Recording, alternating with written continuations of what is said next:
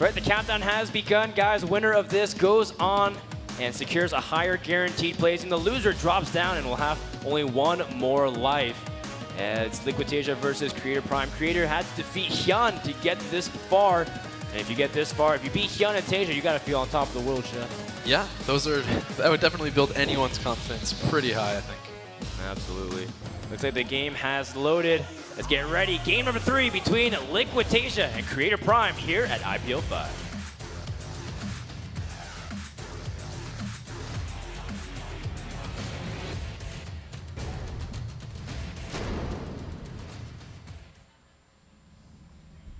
Here in the top left corner, who has landed on Entomb Valley, we have the Red Terran, champion of DreamHack, champion of MLG, champion of Assembly. He is Liquid Taeja.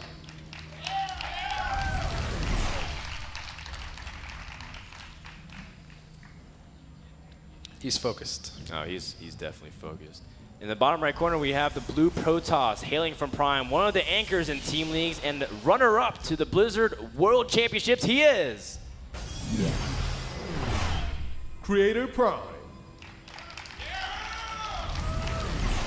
All right, so what do you think is going to happen in this game? We've had fairly standard-ish Marine timings, defenses, and went from there. Do you think anything will change, or do you think it's going to be similar? Well, I do know Entomb Valley is actually a pretty good map to still 4-gate on. I know it sounds really ridiculous, but Taeja has lost some GSL maps just due to a 4-gate on Entomb Valley. He has to be very careful about that because at the same time, just as similar as 4-gate is really effective, it's because playing greedy is effective on this map too. You do have that wide ramp, and that's what makes it initially scary for a Terran player or even a Protoss player, depending on what build you see at what they're doing. But after Terran secures 3 base, it's really easy for them to turtle, and vice versa. When Protoss can get to that point, they often go for quick 3rd Nexus, go for 8 gates, Mass Templar, or whatever Twilight Council choice they choose to go for, and that's where players like Parting really got a big name for themselves. I don't think necessarily CreatorPrime is the player to cheese, but isn't that like a great reason to cheese if that was the case? So I mean, anything can happen. All right, Taeja's cross-scouting. That's pretty nice of him. He's going to be able to find the Protoss right away. Protoss is going to find a wall and a Marine, and I wonder if that Marine can catch that probe. Oh, just escaping. Getting out of there with 4 HP. That's actually really important because now the probe, well, it looks like it's going to stay around, but it's going to be very risky for it to even try and poke up a ramp in case it just dies instantly. That's right. It can warp in a pylon. I mean, the way he's moving around, he's going to keep it alive and just keep it in the corner of the map for now. Meanwhile, we see Taeja opening up very standard. No gas opening this time. We've seen him open gas in both games, although they were both unconventional by earlier means. Taeja, of course, is the guy that does like that triple command center opening in Terran vs. Protoss. Sometimes he even drops it after his 2nd command center. So he'll go command center, barracks, command center, command center. Sometimes that's how crazy this guy is. I've seen it. He's doing it. Nice call. Nice call. Oh man, he likes doing that stuff, and if he can get away with it, he just has so much supply. It's kind of like the Zerg Roach Max in a way. He just makes like an insane amount of Marauders and Marines and just overwhelms you. It's absolutely insane. Yeah, well, the threat to it can definitely be a 1-base all-in, and Creator isn't going to do it. He's throwing down the Nexus. He is actually throwing down maybe a few more gateways here because he's holding on probes. So it could be some sort of Nexus pressure or 2-base pressure, basically. Yeah, it's a safer route. Gateways, you feel like you need to squeeze out more units just in case. And this has always been one of the biggest plights of Protoss. It's really tough to scout. It's really easy to scout Protoss because it takes a while for you to get out Stalker to control any vision, especially on those pesky workers. CreatorPrime pokes up, but still doesn't see much. He sees a lot of Marines, but that still doesn't tell him anything. And Taeja's very deliberately placed these buildings in a nice spot. Yep, he can't get up, can't see any of this command centers floating down yet. He has to know, by the fact that there's no bunker blocking, that he's a little bit afraid. Like, I would assume if I'm the Protoss, I'm not worried about like a Marine SCV all-in with pull, right? Because, he's not even trying to hold his ramp there. He's not trying to, completely hold vision there. So now the bunker's coming up. It is a little bit late, where if there was some sort of timing here hitting right now, which the warp gate is done, so there would be some possibility of hitting right now, force fielding off these Marines and, basically killing Taeja. But there isn't, and so you really don't have to worry about that. He's going to get that bunker up. He'll be safe. He'll have 3 command centers. And we're going to have to see how he converts that little bit of a lead that he got from playing a little bit greedy into mid-game. Yeah, and you know, a quick robo means that I don't think Creator is going to necessarily take a really fast third, because it's really hard to go Robotech and really invest in it while still being able to squeeze out enough units to feel safe against any kind of Terran poke or drop, especially around that medevac timing. So, you know, he might just drop his double forge again, like that Creator style, where he loves upgrades, and then play pretty solid Colossus-based Protoss versus Terran. Meanwhile, we see, again, a pretty standard opening from Taeja, but, you know, he is going up to Factory Tech, skipping some of his add-ons and staying on Marines. We see Taeja usually like early Marauders, but instead he's making his build very lean, saving his gas very deliberately for upgrades. Yep, and Creator here going for a third Nexus fairly early. Normally on most maps that's kind of risky, and Entombed it can be done because of the nice 2 ramps in the front. That's all he can go up. And, you know, it's going to work out hopefully okay, or probably okay, because Taeja did already take his own third. It's going to be maybe a little bit late, a little bit less economically perfect. So if you look at it, the Terran has 40 SCVs to 40 probes, and I feel like in this situation the Protoss usually wants to have a few more probes to kind of balance out the mules. You know, and Creator is taking that fast third too, so you know it's actually a great call considering Taeja went for third command center. Oh, the observer has to be very cautious. But as soon as he sees this third command center, he'll know, you know, everything that Taeja's up to. If he sees it, there's 2 Marines that are going to go snipe it, I think. Whenever there's energy, they're just following that observer around. The observer does drop. We don't necessarily know how much Creator has seen, but didn't see the third. He didn't see the third. No, just sees all the tech. So by seeing the timing of the tech, he probably knows there's third CC though. Yeah, I mean, you can definitely see that. I mean, Taeja also couldn't have squeezed out that many Marauders, granted that he went for fast third command center too. And this is a strong timing that Taeja can poke out because Creator doesn't have that many units. Let's look at his units tab. He's got a couple Mortals, which is great, and sentries for force field.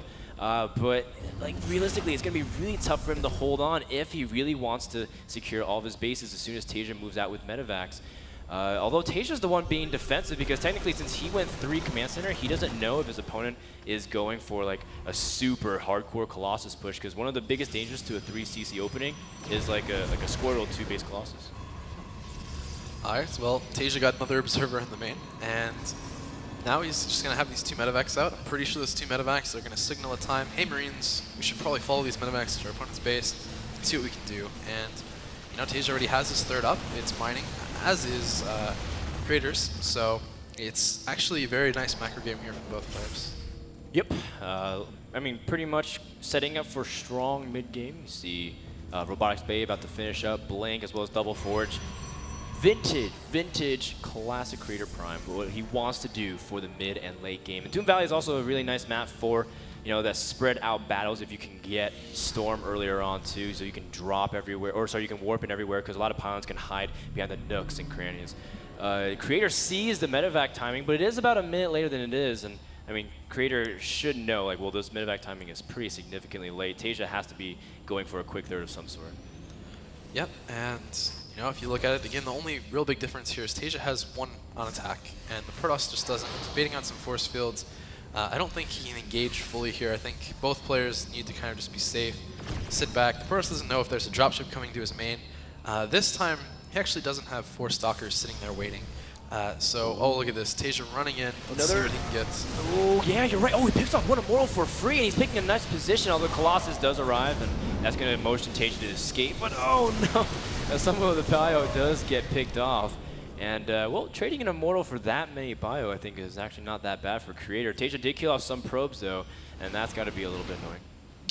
Yeah, but, I mean, beyond that, too, Taeja knows exactly what's going on. He sees the full army composition. He saw there's a Colossus at that timing, and he managed to get one of the Immortals. I think definitely in this situation, I'd rather be Taeja, because what does the Protoss know? He knows that, okay, there are 2 medevacs. I keep losing all my observers. He doesn't have a tower. He has a couple observers on the map, but they're really just kind of watching this army right here. And that's one of the things Taeja does really well, is like, hey, watch this army. Look how aggressive I'm being with this army. And then, like, bam, there's that other army from the other side, just kind of giving him that lead into the mid-game. I really like this decision to both get Vikings and Ghosts from Taeja, because he's seen both sides of the coin from Creator. He saw a Colossus base, he's seen a Templar fake, or sorry, Colossus fake into Templars. Yep. And so he's being very comprehensive, and he's going to try to go for double medevac drops while pressuring the third base. This is where Taeja can pick apart most of his opponents, but we've seen great defense out of CreatorPrime, and looks like he's good on one side, and he's good on the other. All right, well, there are 2 dropships going into the main. The ones up front are having to run away. That huge Colossus army can absolutely destroy that small army, but this small army of Marines and Marauders picking off a lot of Stalkers and then kind of running away, making it back into the Medivacs to fight another day. Yeah, and that's actually really actually, hold that thought. The Colossus is moving into the middle of the map. Taeja might be, well, I guess he's not really committing to a full frontal assault. He's just going to poke in here and try to see if he can snipe this Colossus. A great discovery here from Taeja while meeting up with the rest of the units, and then in the end, he has more Medivacs enough to pick up everything and leave. Taeja doing a great job, and he's gotten great information. He saw 2 Colossus and 1 he picked off, so he knows that his opponent's committing to Robotech for this composition. Yep, we saw last time we went into Archon and Storm, and that was such a surprise. This time there's 2 Colossus. We know here that there's going to be a 3rd one, well, actually, he's going into Immortals again. So 2 Colossus, and we're going to have to see if Taeja here can kind of figure that out, figure out only 2 Colossus and make the right amount of Vikings to deal with it.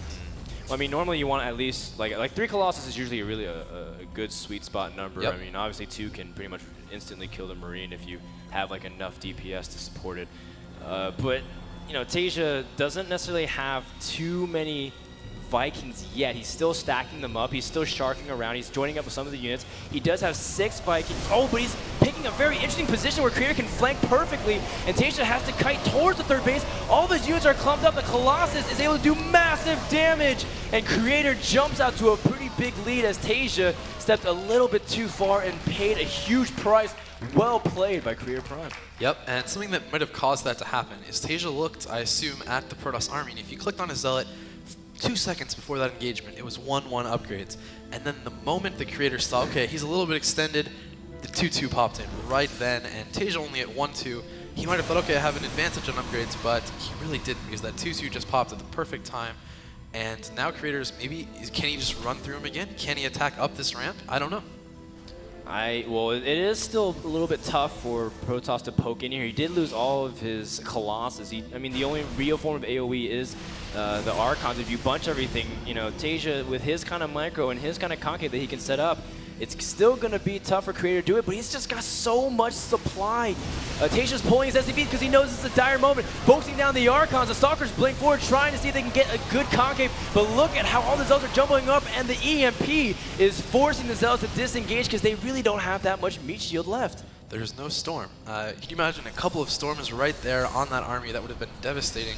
But now Taeja has an extra base, and if you look at the primary part of the Protoss army, it's really Stalker and Zealot. And if Taeja can just wait until max versus max, the Protoss army seems a little bit weak to me. There is 1 Templar in there, but very low, well, that Templar got morphed into an Archon even. And if you look at upgrades now, right now it's 2-2. In a minute it's going to be 3-2.